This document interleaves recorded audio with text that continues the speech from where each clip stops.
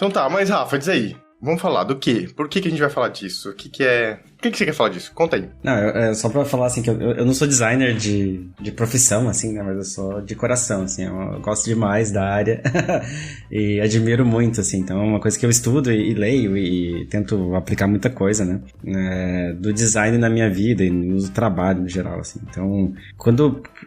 Eu sou nerd aí de programador e tal, originalmente.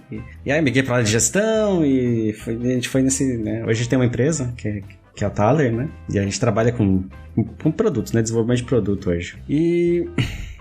Por que esse assunto me interessou? E aí é legal ter, tipo, né, você que é uma designer, e aí eu que dou né, as duas áreas ali que faz importante a conexão junto com o negócio. Acho que vai ficar bem legal a gente bater esse papo, assim, nesse sentido. Mas a gente começou a empresa como uma empresa de tecnologia, né? Então a gente recebia outputs para serem feitos, né? E aí a gente fazia esses outputs, e aí a gente executava, entregava os outputs no prazo, mas nunca ia pra frente as coisas, né?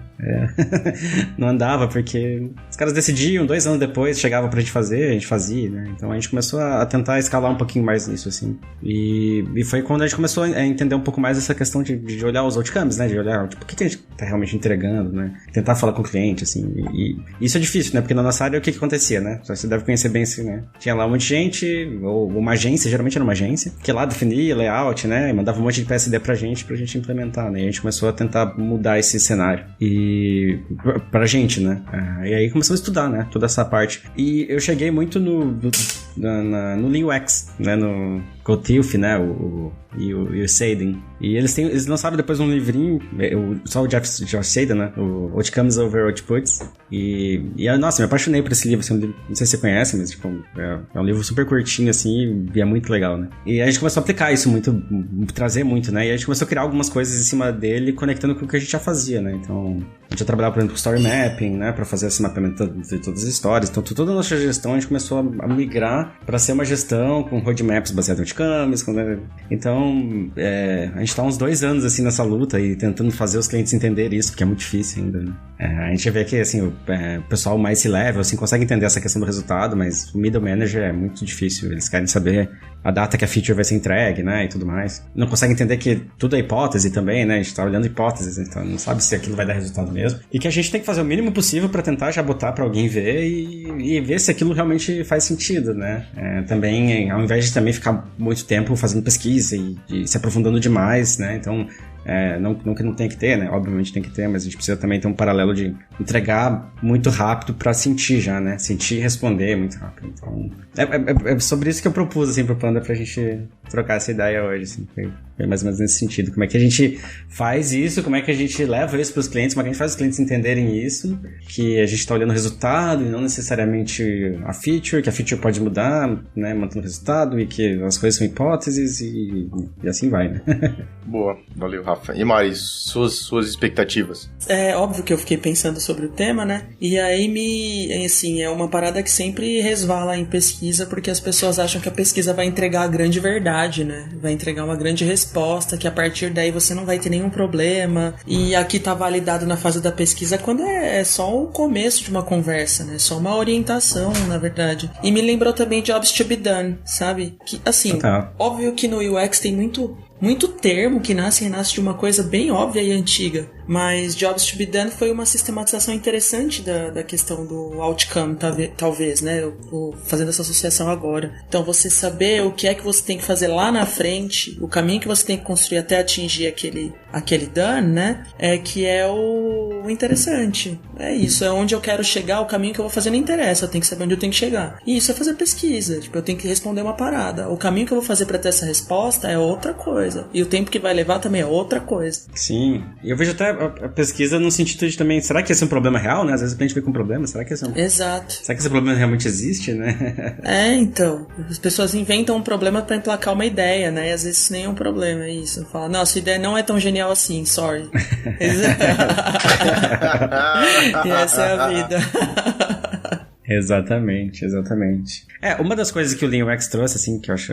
A ideia de que um outcome, né? Eles definiram o outcome. Lógico, outcome é uma palavra genérica, né? Mas na definição deles, o outcome é uma mudança de comportamento do usuário que eu posso prever, né? Que eu consigo mensurar, né? Que eu consigo mudar. Que vai prever que eu consigo impactar o negócio. Então, porque, por exemplo, quando eu boto lá eu quero aumentar as vendas. Aumentar as vendas pode ser 1 milhão de coisas que pode aumentar as vendas, né? Então, quando eu for falar de design ali, né, de o que eu vou implementar, eu posso estar falando, beleza, eu posso levar isso aqui, ou essa feature aqui, pode ser que se eu fizer implementar essa feature, eu vou estar mudando esse comportamento do usuário, e esse comportamento vai predizer que ele vai comprar mais, por exemplo, né? Coisas assim. E aí você consegue ter algo um pouquinho mais medível do que simplesmente aumentar a venda, né? Então, sei lá, se eu melhorar o botão de checkout, sei lá, tô chutando alguma coisa idiota aqui, mas se eu melhorar o botão de checkout, ele vai clicar mais, sabe?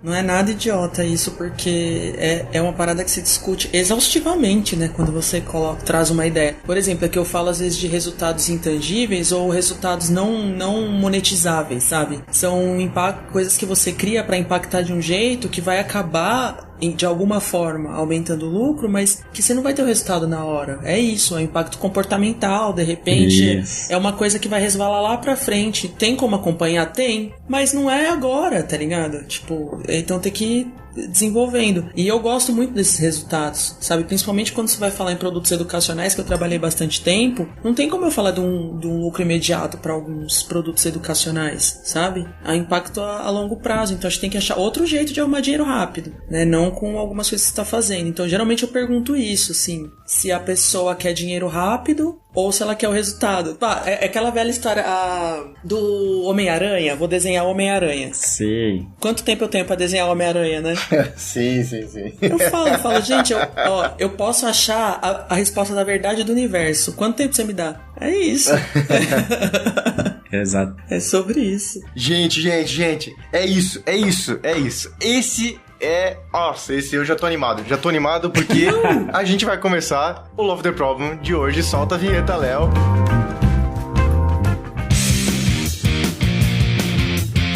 Olá, este é o Love the Problem, o podcast oficial da K21.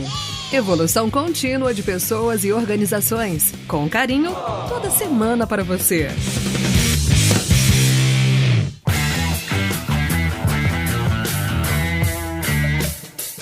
Boas-vindas a você a mais um Love the Problem. Estou aqui com pessoas especiais. Eu vivo falando isso, já herdei isso do Lula. Isso é um critério explícito do Love the Problem. Eu não falei antes, então vou falar agora, que é uma coisa chamada critério do coração. Para 3 capricornianos que estão gravando este episódio, talvez isso seja pouco relevante. Você que acompanha aí todo esse universo esotérico, astrológico e tudo mais. Mas somos 3 capricornianos aqui, mas o critério do coração sim faz diferença.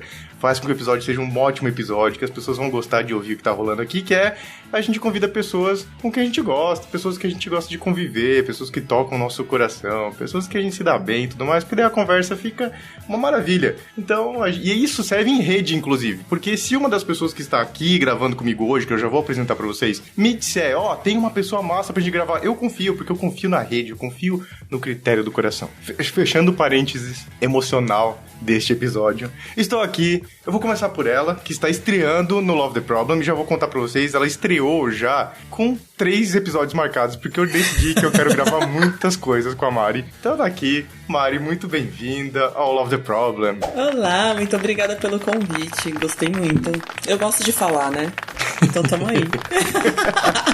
O que você tem pra falar pra galera? Quem que você se apresenta pra galera aí? Quem que é você na fila do pão roubando o jargão de outros podcasts? Um beijo pro Mamilos e por toda a podosfera que nos conecta aqui. Quem é você na fila do pão, Mari? Eu sou Mariana, sou do signo de Capricórnio.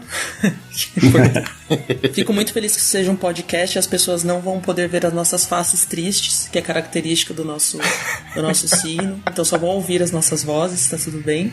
Mas eu sou UX e pesquisadora. Entrei nessa área há um bom tempo aí, mas originalmente sou geógrafa e pulei para essa área porque eu trabalhei com tecnologia educacional e aí foi quando eu conheci usabilidade e tudo que vem depois dela. Mas já tô há quase 10 anos na área fazendo pesquisa, trabalhei com uma empresona grande, porque eu gosto de empresona grande, então tem bastante problema, até arcaico, às vezes. Já avisei que vai dar merda isso.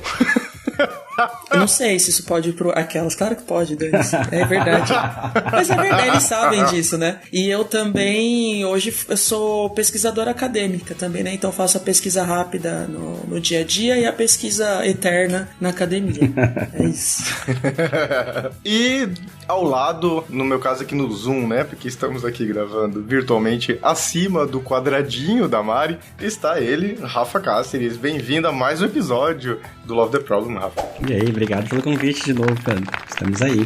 Tudo bem, quem é de casa do Love the Problem já sabe. No caso do Rafa Cáceres, eu falei, Rafa, a gente precisa gravar um negócio. Uma coisa rapidinha aqui sobre um tema, o que você quer falar? Falou tal coisa, eu falei, nossa, que legal, vamos gravar um episódio sobre isso? E aqui estamos pra falar sobre esse olhar de outputs e outcomes. Quem conhece a gente do Love the Problem, vocês dão uma risada, é porque é assim mesmo, é assim que funciona. Quem já gravou com a gente sabe que é assim que a conexão acontece aqui entre a gente. Mas tava rolando já mó papo aí, output, outcome, design, usabilidade, pesquisa, vem muita coisa por aqui. Já prometo que sobre pesquisa vai ter um episódio logo mais. Esse é o já que a Mari já foi a segundo convite já. Então, Mari vai falar sobre pesquisa um pouco mais em outro episódio. Então, se esse assunto permear por aqui e a curiosidade bater no seu coração, espera um pouquinho. Daqui a pouco chega um episódio sobre pesquisa. Mas, enfim, estávamos falando sobre isso. Output, outcome, o que é comportamento, e a Mari já estava conectando com as paradas do jobs to be done, e daí já rolou toda uma crítica, o que você quer, dinheiro rápido, ou você quer encontrar alguma coisa a longo prazo.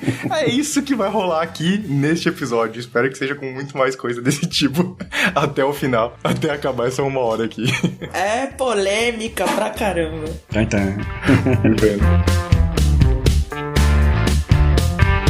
Então, Rafa, você começou o papo aqui falando de uma parada que eu acho que é a vida, eu acho que é a vida de muita gente do trabalho do conhecimento, em que vive nesse movimento industrial do trabalho do conhecimento, que é faça tal coisa. Este é o pedido padrão, assim, né? Então pega aqui, faz isso, por favor. Você não sabe por quê, não sabe pra quem, não sabe qual a intenção, o que você vai impactar com isso, não tem a mínima noção, só alguém pede pra você, faça tal coisa. E daí as pessoas fazem tal coisa, e daí elas vivem nessa vida industrial, do olhar bem linear de um trabalho, que é um trabalho que exige um olhar criativo pras coisas, assim, né? Que a gente espera que a dinâmica não seja necessariamente essa, assim. E muitas empresas se contentam, inclusive, com isso. No final do dia, quantas coisas a gente entregou, no final do mês, quantas coisas a gente entregou, porque às vezes a gente acerta, né? Algumas delas. Algumas a gente não acerta, outras a gente acerta, e às vezes a gente se conforma com entregar a coisa. E eu acho que essa coisa é o que a gente vive muito no dia a dia do trabalho do conhecimento ainda. Espero que vocês, de organizações que estão se transformando, vão começar a mudar esse viés, né? Então tá aqui uma oportunidade de olhar para outro caminho. Eu acho que esse é um pedaço do coração desse papo aqui, né?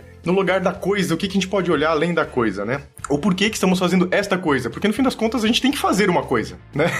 A gente vai ter que entregar alguma coisa, mas por que a gente tá fazendo ela e tudo mais? Então, Rafa, você estava trazendo os conceitos aí, né? De output e outcome lá do livro do Lean UX, que vai estar lá nas nossas referências, no backstage, no k21.link/Love the Problem. Mas se quiser trazer um pouco do contexto pra gente, a gente partir desses termos e a gente puxar o fio de novelo que vier desses termos aqui. Bom, primeiramente, assim, eu vou contar um pouquinho da história de como eu cheguei nesse assunto.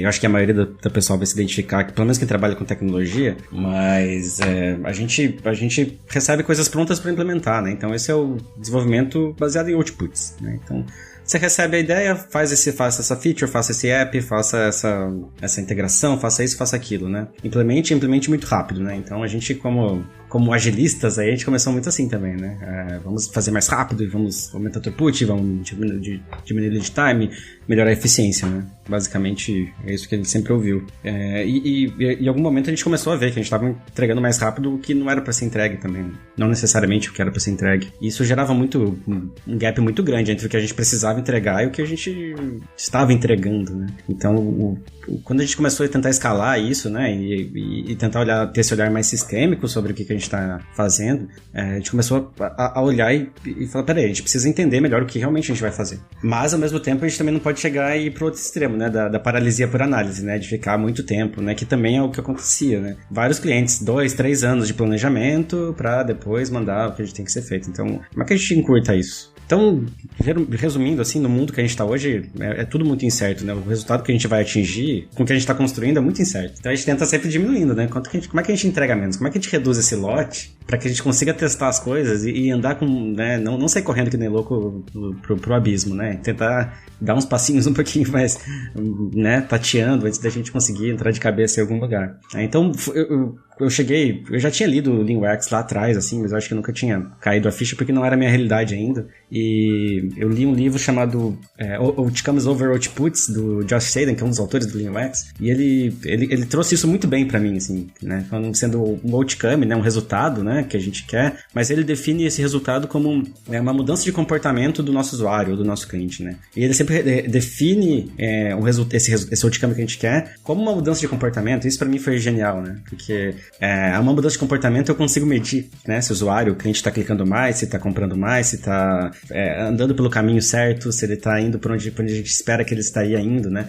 Ou se a gente tá realmente melhorando e medir se a gente tá realmente melhorando a vida dele, né? Então, nesse contexto, eles usaram um framework lá que é o Logic Model, lá da Kellogg Foundation, que eles trazem os impactos, né? Que é o impacto que a gente quer causar, né? E aí o impacto pode ser algo mais longo prazo, né? Algo que a gente vai andar ali pra frente, né? Que a gente não vai ter um impacto na hora, né? Até a Mari tava falando sobre isso também. Antes, né? Vamos aumentar as vendas, aumentar o faturamento, isso tudo eu não consigo medir rápido, né? Eu não consigo medir isso numa feature. Eu consigo fazer uma feature que vai medir que eu aumentei meu faturamento da empresa, né? Então como é que eu faço esse meio termo, mas ainda assim tô olhando para resultados, não tô olhando simplesmente para se eu entreguei a feature ou não entreguei a feature, né? Porque no fim, se eu entregar um monte de feature, não quer dizer nada, né? E a gente começa a medir por feature entregue, a gente, como time, entregou, tá todo mundo feliz, né? Entregamos o prazo, tudo mais, mas o resultado tá acontecendo, né? E esses resultados que eu tô medindo, eles estão me levando em direção ao impacto que eu quero. Então, essa mudança de olhar esses outcomes como uma coisinha menor que a gente consegue medir, que a gente consegue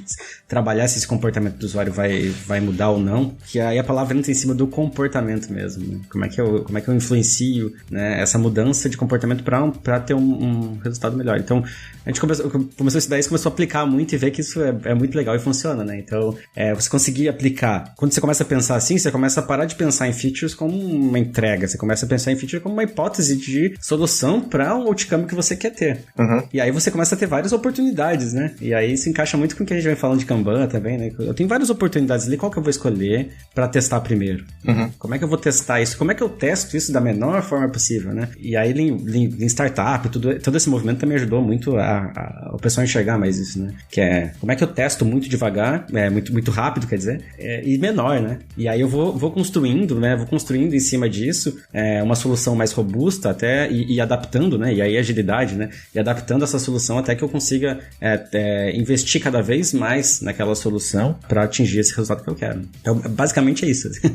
E no outro lado da ponta, Mário, porque o Rafa tava ali, né? No output, acostumado com esse lado, talvez, né? De já receber uma parada e falar assim, eu tenho que executar tal coisa. E como é que é essa visão quanto àquilo que a gente quer gerar de resultado com a entrega pelo viés, talvez, do design ou da pesquisa, enfim, de uma forma que pra gente tá muito mais no começo da cadeia de valor, se a gente for olhar o item de trabalho, assim, né? Ele tá muito mais no comecinho dessa cadeia de valor, assim. Acho que assim, falando bem da pesquisa, né? Design poderia falar sobre N coisas, mas eu vou focar na pesquisa, que acho que é o que, pra mim, cria mais diálogo com essa questão de output e outcome, que a galera, quando solicita o nosso serviço, espera que a gente traga a verdade absoluta de várias coisas. Então, assim, o que a gente entregar vai ser a grande resposta para obter tudo o que a pessoa que pediu gostaria. Então, por exemplo, só dando um exemplo rápido e curto, talvez, quando chega aí uma feature pra gente pesquisar, pra ver se vai dar certo ou não, a gente tem quase a obrigação de dizer que vai dar certo se não tem opções de outras features, sabe? E é aquela questão dos caminhos para se chegar no resultado. Eu tenho N caminhos para chegar no resultado. E por isso que quando a gente começou a conversar, a resenhar antes, né, sobre o assunto, eu pensei, isso. Se você tem o outcome, eu posso criar X, N resultados para chegar naquele outcome. Isso é é fundamental. E aí, enquanto o Rafa falava, eu pensei muito na questão de como as empresas veem o trabalho, né? Não só do pesquisador, mas de todo o trabalho criativo, como o Panda puxou esse assunto, que eu acho que o teclado é a nova porca do trabalho, né? Que parece que você fica batendo ali no teclado, você não precisa pensar no que você está fazendo. Né? A porta da fábrica. A porca da fábrica, na verdade, né? Aí assuntos polêmicos agora? Será? Não sei. É uma crítica social, a porca da fábrica ou a fábrica porca? A porca da porta da fábrica torta. Criei até um poema. Chique. É isso. Mas então. E a galera esquece que pagar trabalho criativo é pagar pra pensar. Então você tem que dar esse espaço pra pensar. E não tô falando só de pesquisa, eu tô falando de pensar em todos os níveis. Eu acho que a galera confunde um pouco aquela questão do livro do Don Norman, Não Me Faça Pensar. Ele não tá falando que as pessoas têm que ser burras, elas só têm que perder menos tempo com pensar coisas inúteis. Eu não vou perder 10 minutos pra entender como é que eu uso um app, eu preciso ter tempo pra pensar em coisas mais relevantes. E esse é o dia a dia do trabalho. Então te dá o escopo bem feito e um contexto bem feito para você executar uma ação é um cenário ideal. E aí as pessoas que a empresa tá pagando, ela consegue ter o retorno que é do pensamento desse profissional, que tem experiência, tem um contexto, tem um arcabouço diferente teórico, que você conta com mais cabeças, então você tem resultados mais criativos, não é? Quando você muda a lógica do execute para o me ajude a solucionar esse problema. Uhum. E é engraçado porque a gente fala tanto tempo, né, de amar o problema, gostar do problema, focar no problema ou no resultado, e a coisa não mudou muito até hoje. A gente ainda tem trabalho de cascata. E na pesquisa não é diferente. Pesquisa isso aqui pra ver como pode fazer dar certo. Putz, isso é muito difícil. Como é que eu vou me dar uma bola de cristal? Aí eu faço, tranquilo. E aí que entra aquilo que eu brinco. Falo, tá, quanto tempo eu tenho? Me pedem prazo, né? Em quanto tempo você entrega essa pesquisa? Eu falo, quanto tempo eu tenho? Porque eu brinquei com a questão da academia ser uma pesquisa eterna, mas não é, a gente tem tempo também, né? Eu tenho 2 anos pra terminar um mestrado. Acontece que eu tenho 2 anos. Então eu tenho tempo suficiente pra validar todas as minhas hipóteses. Se fizer um bom cronograma. Agora, no dia a dia da companhia, eu falo que o tempo ideal são 3 semanas, mas quanto tempo me dão? E aí vem aquela brincadeira do Homem-Aranha, né? Quanto tempo eu tenho pra desenhar esse Homem-Aranha? Sobre a questão do por que eu acho legal o outcome, né? Porque é isso, você me dá o contexto, me fala o que raios você quer. E aí uma coisa que é super importante, o que é que vocês querem e qual a escala do que vocês querem. Porque, por exemplo, eu já passei por situações em empresas que eu não citarei o nome, para não ser censurada, que havia várias pessoas de várias áreas distintas querendo coisas diferentes para a mesma solução. Elas só não estavam pensando na solução, estavam pensando no que na ideia que elas tinham, achando que a ideia delas era o coração da solução. E aí a gente sentou na mesma sala e falou, tá, vamos pensar além, onde vocês querem chegar? Tá, acho que é redução de custos. Pô, então tá feito. Aqui a gente se tem 5 pessoas com 5 soluções diferentes, a gente tem 5 hipóteses, vamos testar todas. Ou vamos tentar reduzir todas para testar rápido. E nossa, eu vou ficar falando horas, porque testar rápido implica em fazer um bom experimento. Como é que se faz um bom experimento se eu tenho só 2 dias pra testar? Então aí é é uma bola de neve bizarra que a gente entra. Desculpa se eu fui prolixa ou se eu viajei. Não, eu achei que você... Foi ótimo. Eu achei que você trouxe um ponto bem interessante, que é essa questão do trabalho do conhecimento, né? Que o pessoal vê a gente ainda como apertador de parafuso, né? Tipo, faz aí que eu tô mandando. E essa mudança de mentalidade de que, cara, você tá contratando pessoas pra pensar pra você, não contratando pessoas pra fazer o que você tá mandando, né? Porque você não precisa pensar em tudo, você tem outras coisas pra pensar, né? Você tem problemas maiores pra resolver e você delega, né? Você passa esses problemas pra quem entende, quem vai resolver melhor aquilo, né? Então essa mudança de pensamento, que eu acho que essa perda de perder essa, entre aspas, perda de controle, né, que as pessoas vão ter, não é ela que tá ditando a feature, acho que também mexe um pouquinho, talvez, com ego, né, e tudo mais, que não foi eu que eu falei, né, mas você pensou em outras coisas, você teve que pensar no resultado que você quer, porque você quer aquele resultado para atingir outras coisas, então as pessoas conseguem liberar o pensamento para coisas mais estratégicas e deixar essas coisas específicas de solução para quem entende mais, né, para quem consegue resolver mais. Então acho que essa mudança que acaba sendo melhor, porque antigamente era isso, né, sei lá, tinha alguém lá que decidia tudo e o pessoal implementava e era isso, né, era fácil, né? Hoje tá mais difícil porque todo mundo quer pensar, né? E quando a gente trabalha numa empresa que é basicamente de tecnologia, de inovação, de design, todo mundo tá pensando ali, né? E como é que a gente faz esses pensamentos ali convergirem pra uma coisa, né? Olhando pra onde a gente quer ir junto, né? Exato. Essa é a principal... Nossa, vocês trouxeram algumas paradas que eu acho que a gente pode talvez tentar conectar esses dois mundos, né? Eu perguntei pro Rafa do finalzinho da entrega, perguntei pra Mari do começo, assim, né? Mas todo meio do caminho tem uma expectativa de uma organização normalmente, né? De uma empresa. Então, e quanto maior a empresa, maior a expectativa frente a duas coisas pra mim que são muito relevantes, assim. Que são o ego frente às soluções e o dinheiro que esse retorno vai gerar. Porque muitas das decisões das organizações é baseada nisso, né? A gente tem, afinal de contas, a gente tem tal do ROI, que é uma ótima métrica que a galera olha para toda coisa que você vai investir, né? E muitas vezes ela está colocada em cima de uma segurança de uma validação superficial. Eu julguei pra valer agora, e eu espero ter espaço pra tentar tirar o peso do julgamento, mas quando a gente pega formas de tentar estruturar o nosso pensamento, que coloca a solução numa forma que ela parece ser validada, dá uma falsa segurança na organização, do tipo, eu vou investir o dinheiro nisso, que, lógico, quando fizer esse negócio vai gerar o resultado que a gente precisa. Eu vou instanciar aqui, não é uma crítica ao Canvas, mas é só fazer um Business Model Canvas, uma forma de validar o negócio, que encaixa ali o retorno que você espera em cima daquilo.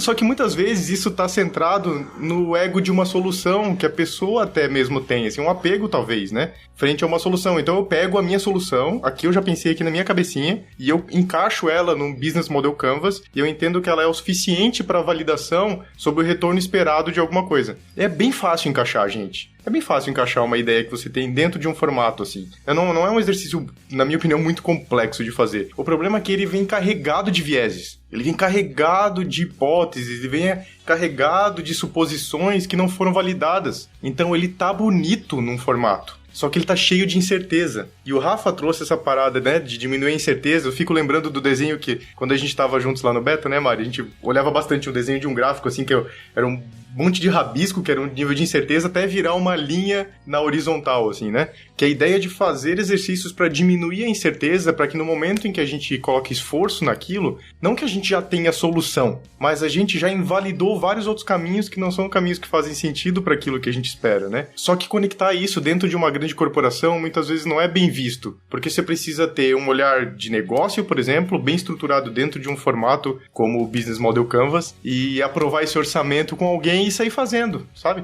Tipo, eu fecho aqui minha explicação sobre meu julgamento. Meu julgamento foi exatamente em cima desse processo que acontece dentro de muitas organizações, sabe? E a gente ignora vários fatores que envolvem isso. E a gente precisa começar a conectar essas coisas. Conectar tanto as pessoas que estão ajudando a gente a diminuir as incertezas, validando ou invalidando hipóteses, tirando viés e suposições que a gente traz para o trabalho criativo, para que pessoas que tenham habilidade, conhecimento e possam exercer sua criatividade na especialidade de entregar a solução, que elas possam exercer aquilo de uma forma consciente, sabendo de como isso chegou, né? Qual a intenção por trás, que comportamento, que outcome que eu espero. Então, tipo, eu não me importo em ditar a solução para alguém, eu importo em trazer um bom entendimento sobre o movimento, a mudança de comportamento que a gente espera, e eu confio que as pessoas vão trazer boas soluções, assim, sabe? Então, para mim, esse meio do caminho reforça muito desse comportamento. Da gente dar muito mais bola para output, porque daí o output vai estar bem descrito, talvez, ali, e a gente tem uma boa medida, que é a grana, né, nessa sociedade capitalista que a gente ainda vive,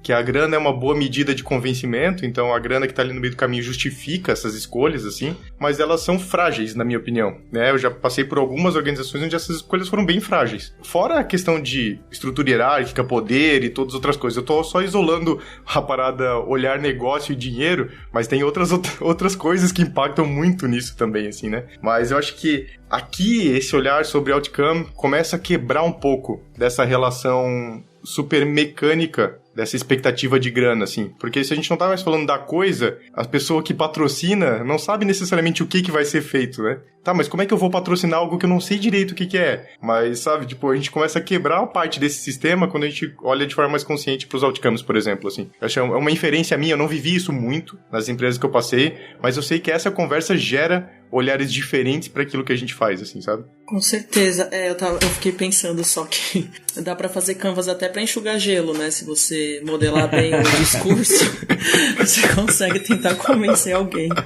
Eu gosto até mais do Value Proposition Canvas, porque a gente consegue pôr uma camada a mais ali, né? De validação. Mas é isso, Canvas não é pedra, né? Tem outra coisa que eu lembrei que é bem importante. Até a estatística, ela não é muito exata, né? Ela é discursiva. Então você pode manipular os dados para mostrar um resultado ou não.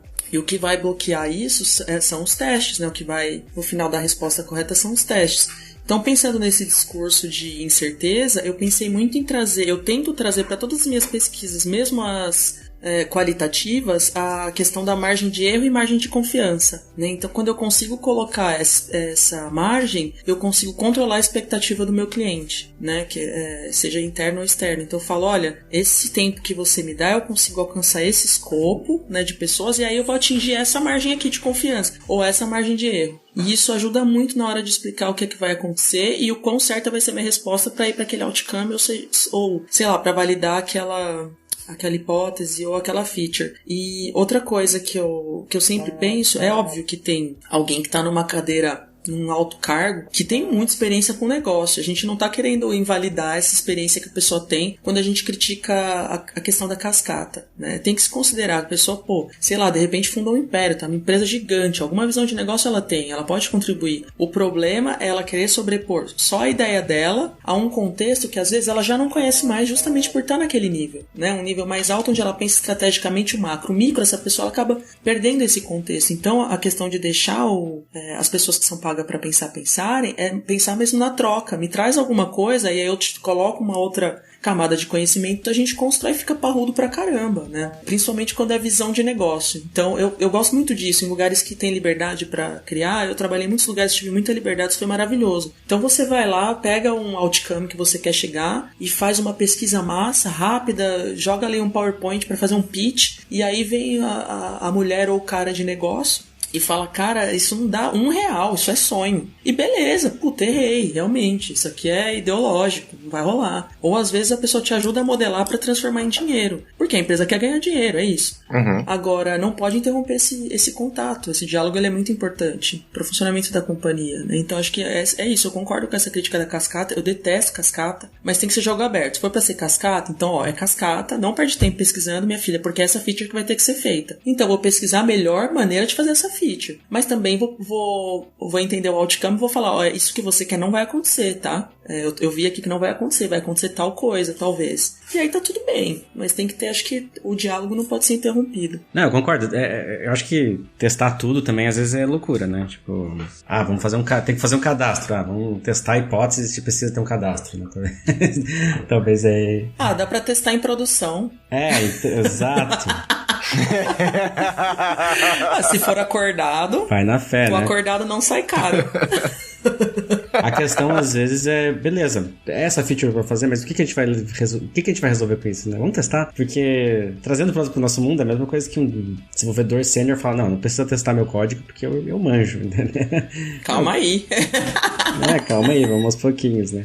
Tem um livro que vem, né? Tem uma ordenzinha ali, né, do Business Model Canvas, aí o Vale Proposition Design, e tem um livro que é o Testing Business Ideas, que é justamente sobre como fazer esses testes de hipótese de negócio, né? Porque uma coisa que o pessoal esquece quando vai fazer Canvas, né? E vocês falaram, nossa, veio um monte de coisa lembranças na mente, é que o Canvas, ele tem que ser revisado constantemente, né? Constantemente. E aí eu trago, né? Tem aquelas pessoas que sempre puxam para um autor, né? Que gosta quando vai falar alguma coisa, mas trago pro Don Heinertsen aqui, que ele fala muito sobre processo baseado em revisão. A gente tem que ter processos que são baseados em revisão, ou seja, a gente tem que processos que estão toda hora se revisando, porque a gente não tem como saber o que está acontecendo de verdade. Por quê? Porque quando a gente trabalha com trabalho criativo, todo processo é um processo que existe uma vez só, né? Uhum. Não tem como eu criar um processo criativo que eu consiga fazer ele ser repetível, como numa fábrica. Toda vez que eu vou fazer um processo, eu estou melhorando ele, né? Então, toda vez que a gente vai fazer alguma coisa, a gente está mudando. A gente está, da última vez a gente fez, vamos mudar. Então, eu quero, para que eu estou mudando? Porque eu quero resultados diferentes, né? Então, todo processo, ele funciona uma vez só. E se ele é um one-time process, né, que ele chama, se é um processo que funciona uma vez só, toda vez eu preciso testar se aquilo tá realmente esse caminho de testar constantemente, isso que a gente fala pra caramba, né, de cadência, né, ter cadência de acompanhamento, ter cadências pra ver se a gente tá indo pro caminho certo, é algo que faz toda a diferença. E aí olhar, né, teste e testando, olhando pro resultado que a gente quer atingir. Então, acho que ter essa ideia do processo e envolvimento, né, faz com que a gente consiga até economizando um dinheirinho aí, né? Porque é isso, a gente vai errar, né? Sim. Você falou, mas a gente vai errar. E tá ok, né? É isso. A gente tem que errar, porque se a gente não tá errando, a gente não tá fazendo nada novo. Não tá aprendendo nada, exatamente. Tá aprendendo nada. Né? E é engraçado porque inverter esse pensamento pra pensar no comportamento ali, no outcome, né? Não aumenta o tempo de trabalho. Eu não sei por que é tão difícil. Então acho que é mais ou menos isso que vocês falaram. Talvez um pouco de costume ou vaidade, né? De dizer, não, eu sei o que eu tô fazendo e é assim que vai ser resolvido. É mais isso. Porque eu não vejo um impacto em tempo de desenvolvimento, de produção, nada. Inverter o pensamento. O que eu vejo, assim, pelo menos no nosso mundo, é que o pessoal quer roadmaps. Cara, eu quero saber o que vai acontecer, quando que as coisas vão ser entregues, qual que é a data que vai ser entregue, certinho, né? E isso, nosso mundo é muito difícil conseguir falar, pô, em setembro eu vou entregar tal feature, né? Porque as coisas mudam, né? Então, quando a gente vai... E aí, trazendo de novo essa questão da revisão constante, a gente tem roadmaps baseados nesses resultados e que um roadmap que seja adaptável, né? Que ele mude, né? Porque o problema é esse, assim, chega lá, pô, beleza, entregou o resultado, mas você não entregou a feature que eu queria, mas o que você realmente quer, né? Então, eu acho que tem essa mudança de gestão, né, de entender que, pô, sim, pra que a gente tá fazendo isso de verdade? Eu ia dizer que imagina o roadmap de pesquisa. Se, tipo, o desenvolvimento não tem muita certeza, imagina a pesquisa. Eu já tive que fazer roadmap de pesquisa e eu me esforcei ao máximo pra dar alguma certeza. Inclusive, até o último que eu fiz foi o que eu mais fiquei confortável. Eu falei, nossa, finalmente eu fiquei confortável. Porque aí eu foquei mais no entregável, né, da pesquisa. Olha, eu vou te entregar uma pesquisa quantitativa que vai ser feita por meio de um formulário XPTO. A expectativa é que responda isso, isso e isso, sabe? Então, e aí quando eu invalidava essa questão de revisar, né? Olha, essa pesquisa eu tentei aplicar e não consegui o que eu queria, então vou ter que fazer outra. E é isso. O problema que a gente tem na feature é isso, né? Se a gente fala, putz, esse output não deu pra entregar porque ele é mais complexo do que a gente imaginou, ou porque aconteceram tais impactos no meio do caminho. A gente tem que integrar com um monte de empresa e isso gerou um monte de fila no meio do caminho. E é difícil o pessoal tirar esse olhar de linearidade, né? Pô, entrega, né? A gente tem impactos que são relacionados à comunicação, né? Você precisa de um monte de time colaborando para conseguir fazer uma entrega. Então, se esses times, né, estão olhando para um objetivo em comum e conseguindo lapidar aquela solução para entregar um objetivo numa data específica, né? O negócio vai muito mais, né? Do que você cada time fazendo a sua parte e depois tentando colar, né? Tipo aqueles trabalhos de escola, né? Cada um faz uma parte, no fim a gente junta tudo. Eu vejo que a maioria dos softwares que são feitos hoje são feitos assim, né? Cada time fazendo sua parte, depois junta, aí as coisas não funcionam, né? E esses frameworks, né, que a gente vê de escala, de ágil, são muito baseados nisso, né? Divide tudo, depois junta tudo e vai funcionar, né? Citando também, de novo, o Jeff Golcliffe, lá do Lean UX, ele tem um artigo que ele lançou esses dias sobre OKR em escala, né? Que ele cita a Mary Popendick, bem nessa ideia, assim, cara, pega um monte de time, dá um objetivo comum pra eles e fala, se virem, gente. Colaborem. Colaborem pra resolver esse problema aqui, né? E o pessoal consegue cortar coisas que não são relevantes, né? Porque eu vejo que é muito... O que a gente passa no dia a dia é muito isso, assim. Faz essa feature aqui, tem esse escopo, tá tudo definido, né? E aí quando você começa a ver, putz, é muita coisa. Aí você fala, pô, mas pro resultado que eu quero, eu posso tirar essa parte aqui e botar pra uma outra release. Eu posso tirar essa outra parte aqui, a gente pode cortar algumas coisas aqui, mantendo a experiência, mas eu não preciso de tudo isso pra entregar. Só que quando eu corto, aí o pessoal já fala, pô, mas você não tá entregando o que eu pedi, né? Você não tá entregando exatamente o que eu queria, né? Aí tem uma provocação, Rafa, que eu acho interessante, que eu acho que é até do próprio Joshua, que ele fala pra não gerenciar outputs, que fala pra gerenciar outcomes, né? Que não deveria ser Product Owner nem Product Manager, deveria ser Outcome Manager, né? Que a gente deveria gerenciar essa expectativa sobre os outcomes, não dos outputs. Mas o nosso olhar mais... Eu não sei se é o mais ou se é padrão. A gente fala muito no viés de negócio, a gente olha muito ao nosso redor, concorrências, o que estão fazendo, o que gera dinheiro. A minha experiência na empresa ao lado, que era do mesmo business, que agora eu fui para uma empresa menor, trazendo toda a minha experiência da empresa maior, para gerar o mesmo output, né? Porque eu já tenho experiência com isso, eu replico essa minha experiência, porque conheço do negócio e tudo mais. E como a gente acaba caindo nessa cilada de não querer motivar pro outcome que gerou o resultado, mas sim a coisa, de novo, né? Facilmente a gente volta pra uma coisa. Não sei se isso é mais tangível, parece ser mais seguro do que tentar validar uma mudança de comportamento, assim. Mas esse movimento todo faz a gente tentar olhar pra coisa, assim, sabe? Eu tenho que lançar isso antes do concorrente. Mas isso é o quê? O que ele tá tentando fazer com isso? O que a gente quer fazer com isso? Que comportamento que a gente quer mudar? Nosso cliente é o mesmo? A gente tá falando das mesmas pessoas? Sabe? Tipo, existem vários fatores ao redor, assim. E quanto mais a gente se concentra no output, mais a discussão vai ser essa, cheia desses vieses e certezas que são baseadas em outras coisas, não naquilo que a gente tá vivendo no momento, né? Então, a parada do sense and respond, né? O sentir e responder aqui. A gente não tá respondendo aquilo que tá acontecendo, a gente tá respondendo experiências que talvez são solidificadas de coisas do passado, que talvez não respondam ao nosso futuro. Enfim, eu acho que são várias coisas que o output, que a coisa, não responde. A gente pode ter tido uma coisa de sucesso, mas essa coisa de sucesso foi porque gerou um outcome, né? Porque mudou um comportamento e gerou um impacto. Mas eu acho que a nossa mentalidade é muito mais tangível, né? De querer olhar pra coisa como se ela fosse o resultado, né? Se ela fosse a geradora de todo esse resultado que a gente obteve, assim.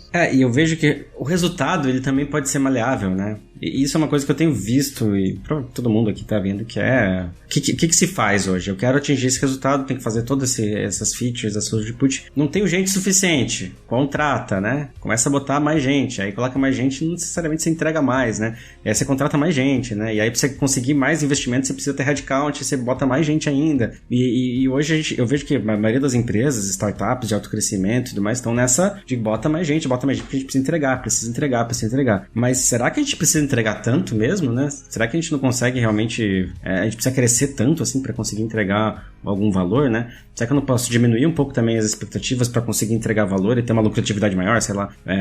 Sabe? São coisas que a gente tem que pensar, por quê? Porque não tem gente, né? Não tem gente suficiente. Eu dei um treinamento agora faz pouco tempo e o pessoal falou assim, qual que é a principal reclamação?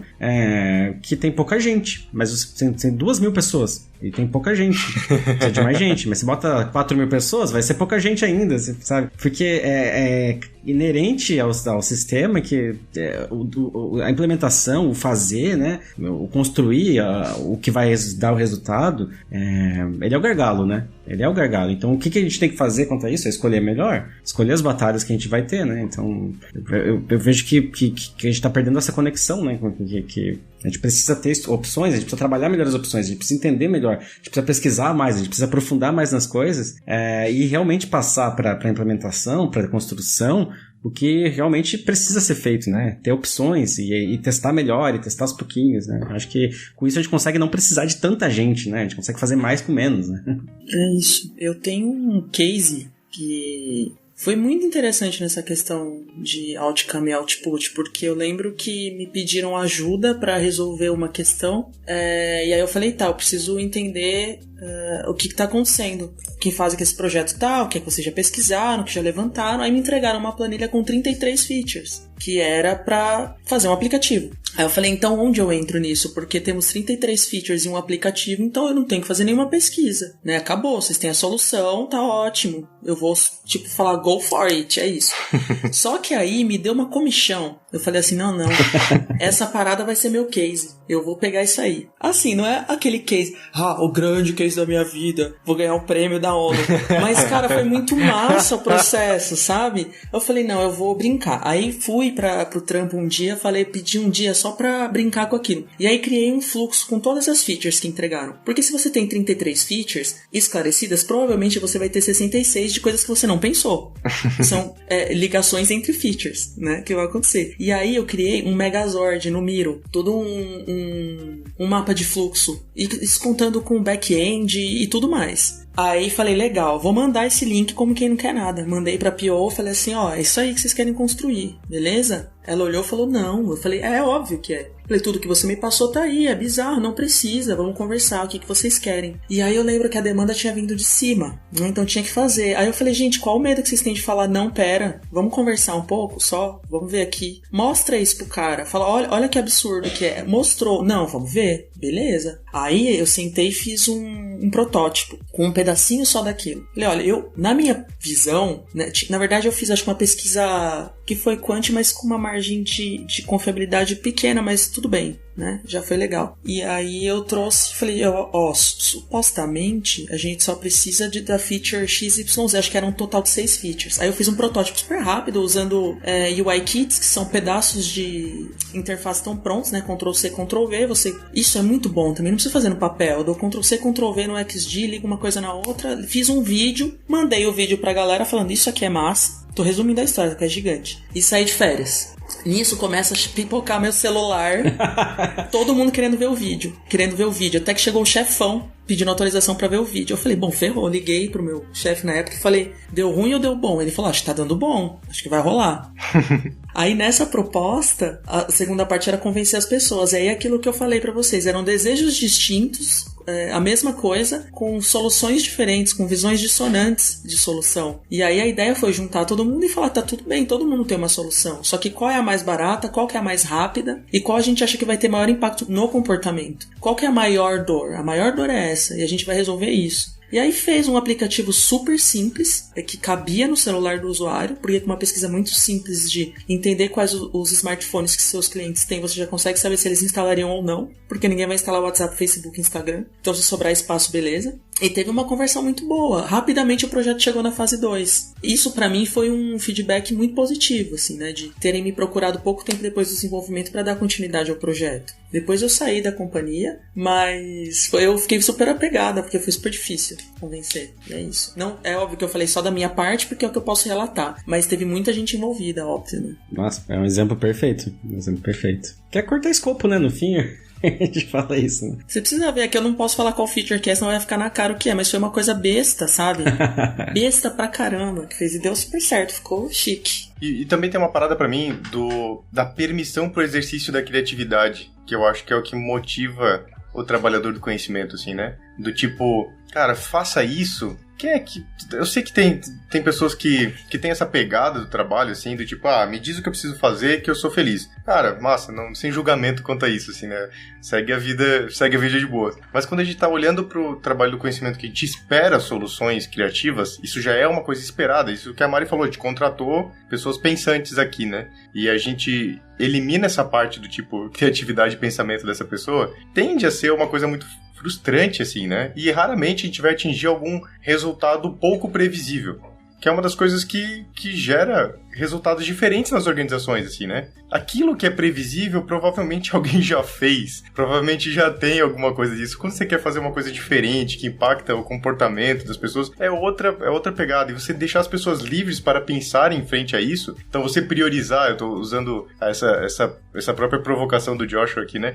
Tipo, no lugar de PO ter um Outcome Manager ali, né? Então falar para essas pessoas assim, eu tô priorizando os comportamentos que a gente quer impactar, então use da sua criatividade para tentar impactar esses comportamentos, assim, né? Então, tipo, é muito mais interessante pra vida do trabalho, assim. Porque, tipo, Mari, o teu case, né, Mari? Você pegou uma parada pronta. E ia falar, tá bom, o que eu vou fazer aqui? Mas você teve o gatilho de falar, opa, vou lá meter a cara nesse negócio. Você encontrou o comportamento que seria o comportamento necessário, né? Pra impactar. Então, tipo, pensa a pessoa já ter isso de partida. Fala assim, esse comportamento que a gente quer impactar. Então, exercitem, né? A criatividade frente a isso, assim.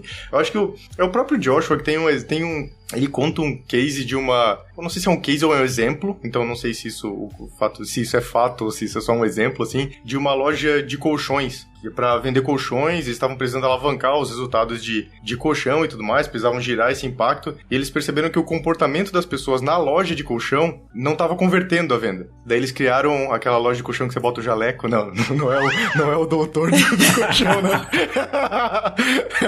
Todo mundo tá aqui, de repente você bota vendedores de jaleco e resolve esse comportamento. Não é isso, não. Porque tem loja, né, a loja famosa aqui no Brasil que vende colchões e que as pessoas usam jaleco, mas não é esse case, não. A parada que eles identificaram foi que, tipo, a conversão de venda... isso que eu causo, desculpa aí, galera que tá ouvindo a gente. Causei um momento de distúrbio aqui no nosso flow. Mas a conversão de venda era maior para clientes que deitavam nos colchões. Então você deitar no colchão, a taxa de conversão era maior. Então existia esse comportamento que eles queriam impactar, que é as pessoas deitarem no colchão, né? Então bora deitar no colchão. E alguns dos outputs que as pessoas fizeram foram para na intenção de fazer com que as pessoas deitassem no colchão, né? Então tem a parada de colocar as informações do colchão no teto, em cima do colchão. Então, a pessoa, em vez de ler na plaquinha, no lugar de ler da plaquinha que tá no pé do colchão, você fala, não, deita aqui no colchão, as informações estão aqui, o preço, as coisas e tal. Então, a pessoa deitava no colchão, né? E descobriram também que daí as pessoas ficavam meio constrangidas de deitar de sapato no colchão. Porque, você vai deitar no colchão, você tá de sapato, você não vai tirar o sapato na loja pra deitar no colchão, assim. Então colocaram aquele negocinho, tipo aquele de hotel, sabe? Que fica no pé do colchão, assim, tipo uma colchinha. Então fizeram um padzinho ali pro pé, pra pessoa deitar e ficar com o pé em cima daquele negócio. Então não preocupar de não ficar constrangida de botar o calçado em cima do colchão, por exemplo. E tem uma parada também que eu acho que tem a ver com o movimento de comprar... pessoas que compram o colchão de casal, que tem um parceiro ou uma parceira, de levar o parceiro e a parceira pra provar o colchão junto, porque você não vai comprar o colchão que outra pessoa vai deitar, né?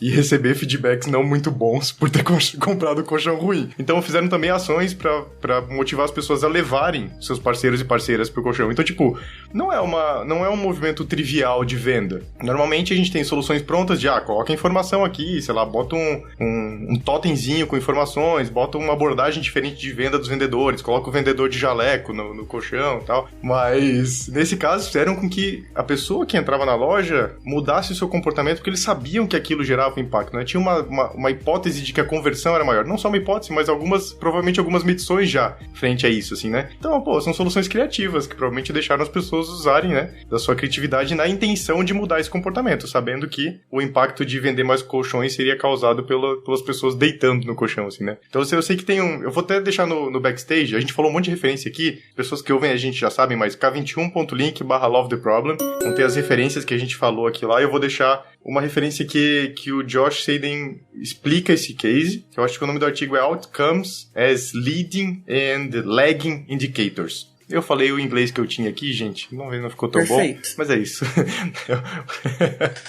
Vai estar lá no nosso backstage k21.link/lovetheproblem. Eu lembrei de uma história muito boa. Quer dizer, pra mim é boa, né? Não sei se é boa pra todo mundo.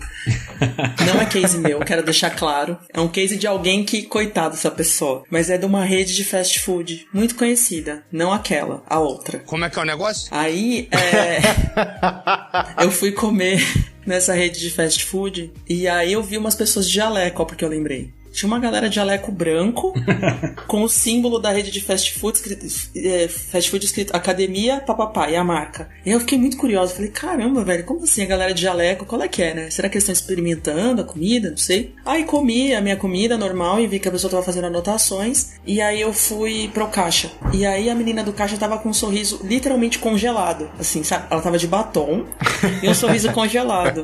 E era perto de onde eu trabalhava. Então todo dia lá ela tava estranha. Eu falei, você tá bem? Tá sendo treinamento. Ela falou, sorrindo, assim. Eu fiz aquele sorriso. Eu falei, como assim? Aí ela falou, é academia... E no dia que eles vêm aqui fazer treinamento, a gente precisa ficar sorrindo. E olha como na Employee Experience também acontece isso. É um bagulho que acontece em várias escalas, sabe? Tipo, os caras falaram assim, bom, vamos dar um treinamento pra melhorar o atendimento do cliente. E aí rolava uma coisa de quando a galera ia fazer o treinamento lá, eles eram obrigados a sorrir. Nos outros dias todo mundo nem ligava o que estava acontecendo. E aí eu pensei que era uma coisa de qualidade de comida. Não, era comportamental. Eu falei, talvez fosse só melhorar o ambiente de trabalho, ou dar uma bonificação melhor pra galera, né, diminuir a jornada. Não, mas colocaram os caras de jaleco e mandaram a menina sorrir, grudado. É isso. Ai, gente. É chique. E provavelmente eles estavam medindo a qualidade do comportamento dela e não o que isso impactava as pessoas que estavam lá como clientes, né? Provavelmente não estavam nem medindo. Quem mandou ela sorrir o dia inteiro foi o gerente, porque o gerente quer criar métricas de vaidade, né? Sim. Então, bom, se todos os funcionários estiverem rindo, talvez tenha dado certo o treinamento. Gente. Foda. Sim.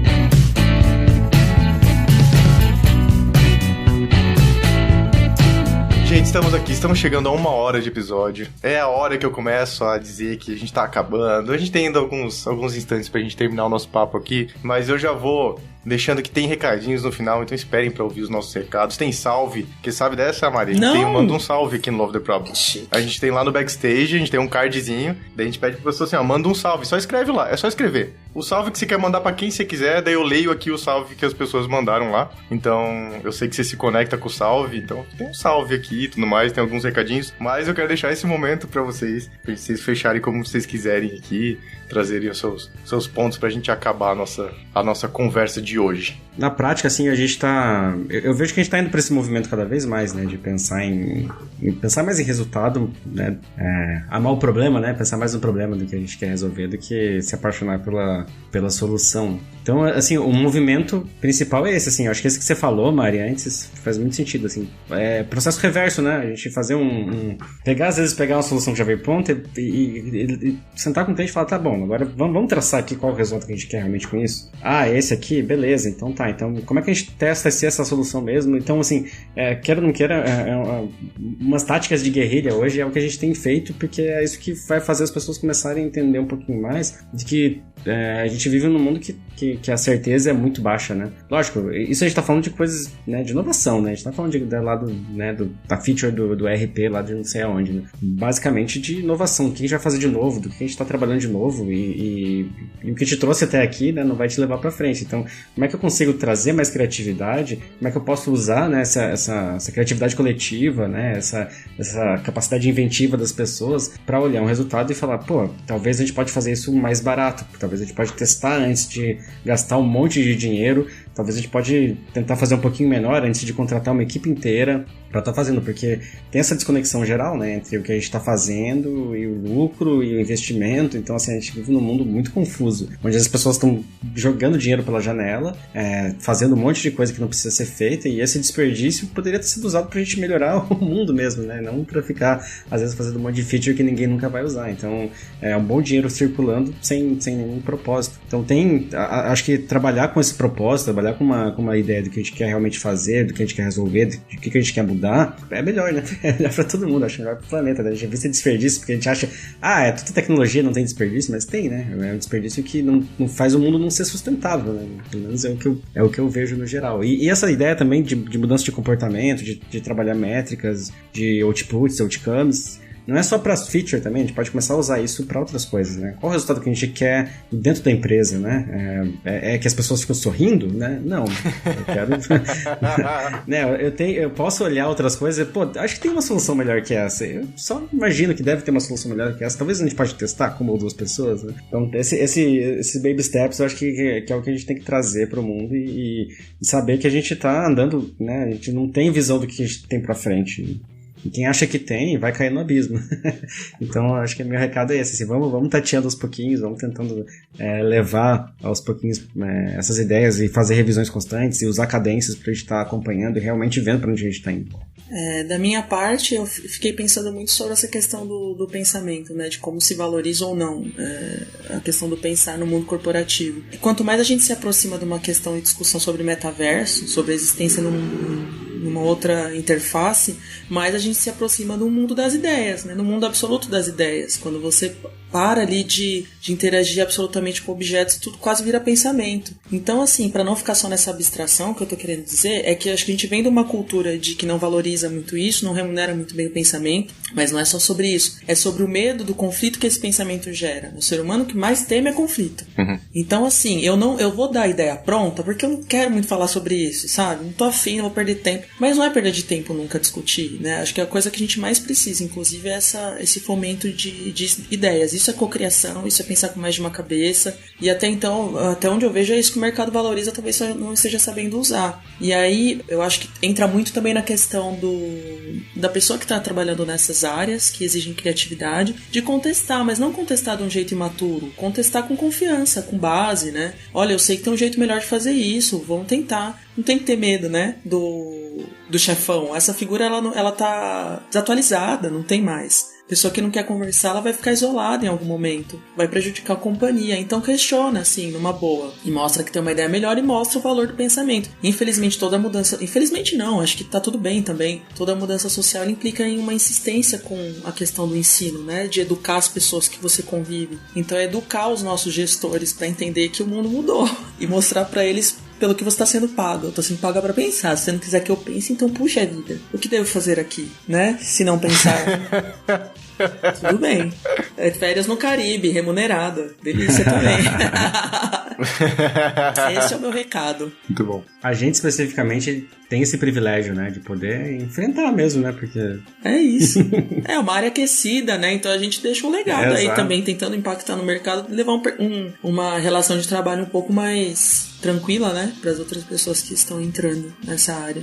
É isso. E daí, às vezes, a gente é taxado, a gente não, vou tangibilizar. Às vezes eu sou taxado de um cara que, abraça muita árvore, né? Fala esse negócio de falar de pessoas, cara, o fluxo de trabalho a gente já sabe mapear há muitos e muitos anos, assim. Agora ter conversas poderosas, conversas onde a gente consegue trazer esses assuntos à tona e falar com um ambiente seguro e tudo mais, não são coisas triviais ainda, né? Infelizmente. Então a gente precisa muito, muito, muito trabalhar nesse espectro dentro das organizações, assim. Ter pessoas com atos de liderança e coragem para puxar esses papos, como a própria Mari trouxe, são essenciais pra gente conseguir quebrar esse paradigma, né? Porque a gente precisa que algumas pessoas se posicionem. Então, se você está num ambiente que você se sente confortável, tem segurança para se posicionar, se posicione, traga pessoas com você, faça esse ambiente ser mais rico de troca. Se quiser algumas dicas, tem vários episódios do Love the Problem aqui que fala sobre isso, sobre conversas difíceis, sobre ambiente seguro. Tem algumas dicas aí, então vamos transformar as organizações em ambientes que a gente pode gerar melhores conversas, que a gente pode ter estruturas que promovam de fato colaboração, cocriação e que a gente possa usar do que a gente tem de melhor, assim, né? Nossa criatividade, nosso intelecto, nossas habilidades e tudo mais. Eu aproveitei o da Mari e engatei ele. Se você não tá, estamos contratando. Que beleza! O que é bom também, né? Bom saber também, tá ótimo. Então, se tá contratando, diz aí, Rafa, onde é que a pessoa procura vocês? Já que você tá contratando, diz aí. Cara, blog.taller.net.br. Entra lá, tem um monte de conteúdo. Posso deixar o link ali também depois pra um... Claro, a gente coloca lá no backstage, com certeza, com certeza. No k21.link/lovetheproblem. Mas entrem lá, tem um monte de coisa, tem o Tallercast também, hein? Tallercast, é isso aí. Eu deixo convite pra vocês aí. Bora. E é isso aí. A Thaler tá aqui de vez em quando, né? Vamos falar a verdade? O pessoal da Thaler já foram vários episódios aqui que eu tô ligado, né? Então aqui já tá, é quase um crossover aqui entre Love the Problem e Tallercast. A gente tem que fazer alguma coisa talvez nesse sentido aí, hein, Rafa? Com certeza, cara. A gente tá voltando agora. Tem algum jabá seu que você queira fazer? Tá aqui o espaço. Porque é o seguinte, talvez você não saiba, mas vai ter um card com a sua fotinha, com as suas informações lá no backstage. Além do card do episódio, tem um card de todas as pessoas que participam aqui. Então, se você quiser deixar alguma coisa sobre o seu trabalho, sobre o que você faz, o que você quer compartilhar da sua vida, também vai ter o cardzinho lá. Mas se você tem algum jabá de alguma parada que você tá fazendo, aproveita aí, fala pra galera. Gente, no momento a única coisa que estou fazendo além de trabalhar CLT é o meu mestrado. E ainda não tenho nada para compartilhar, mas eu posso fazer jabá do meu Pix. Se alguém quiser mandar algum dinheiro pra mim, entrando na onda do Pix, tá tudo bem. Aceita as Pix? Quero fazer o jabá. Ajude um cientista brasileiro a desenvolver, a escrever sua dissertação. Pague meu café ou meu gin tônica. É isso, eu vou mandar o Pix. Ajude a ciência brasileira. E viva o SUS. Boa. Muito bom.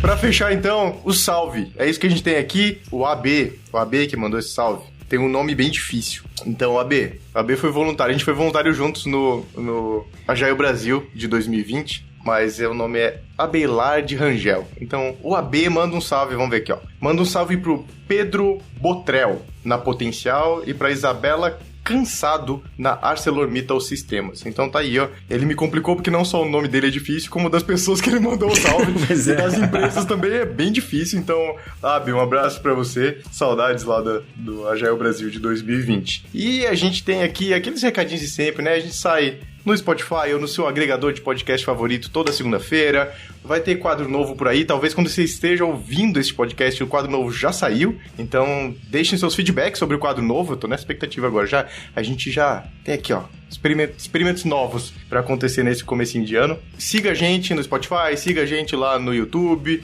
Aproveite o que a gente tem de conteúdo. Dá uma olhada sempre no backstage. Sempre tem coisa nova por lá. Então... é isso aí, muito obrigado e temos mais um Love the Problem. Um beijo pra vocês e até o próximo.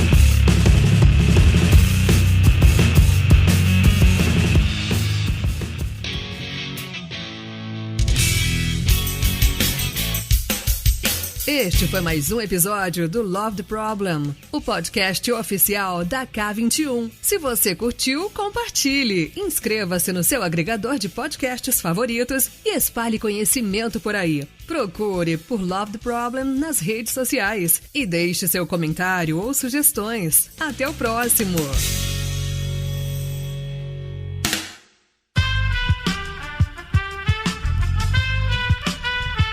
Esse podcast foi editado por Aerolitos Edição Inteligente.